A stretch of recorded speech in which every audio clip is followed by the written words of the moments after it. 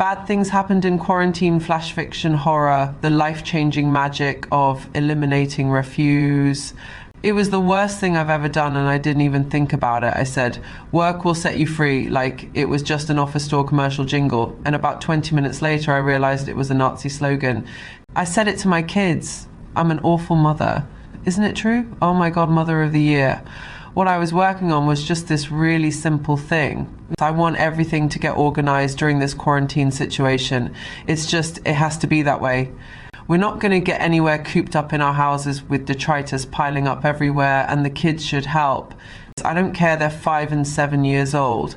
They can help clean and organize. If you haven't done it yourself, I have some advice. Get started now. I mean, my house, to be honest, is flipping organized now. Every single thing, rows. That's my mantra.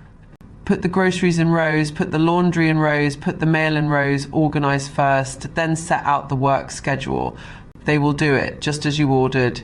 Even your husband, they will. You just make sure they do it. My house, honestly, a well-oiled machine at this point. There were some challenges, to be blunt about it. What we had, I don't know what sort of craziness went on in your neck of the woods during quarantine, but our problem was all these animals that people let go because they couldn't or just wouldn't care for them. Stray cats mainly. Don't know what I would have done if they were dogs or something bigger. I heard people were letting horses go because of cost. People are sickening. We have more of those Muslim people moving in than I care to count. Well, I mean, not a lot of them, to be truthful, but, to me it's a concern. And I know that's politically incorrect.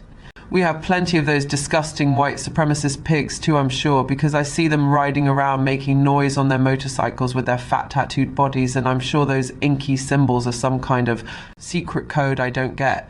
Any case, it's organization you need above all in times like these. My oldest son is just old enough to start to be a bother, because he questions things. He found the rows of stray cats lined up in the freezer. I had labeled them with the dates of when I got rid of them. Took a little explaining, but at that age you still have hope of distracting them. I got him to work on organising all the old DVDs alphabetically and all the groceries in the cabinets and then the toiletries upstairs. I already had little Steph outside putting the fallen leaves in neat rows on the lawn. In a way, it's a hilarious way to keep her busy, but I swear I did feel just a sizzle when I looked out and saw it. The hubby says, "Aren't you going a little far?" And I'm thinking, watch it, pal, I'm in charge of this space right here, don't make me get hostile. He's part Lebanese, and I always suspected that part of him made him a questioner when it comes to purity and cleanliness, and I guess that's reading a lot into things, but it is a funny little suspicion I have. So what I have planned today is getting the freezer back under control. You have to have room for food supplies and the old quarantine empty shelves at the store phenomenon, but freezer space is useful for keeping a large variety of things. I'm just thinking of neighbours. I might have need of a second huge freezer just to look after them if things go that way.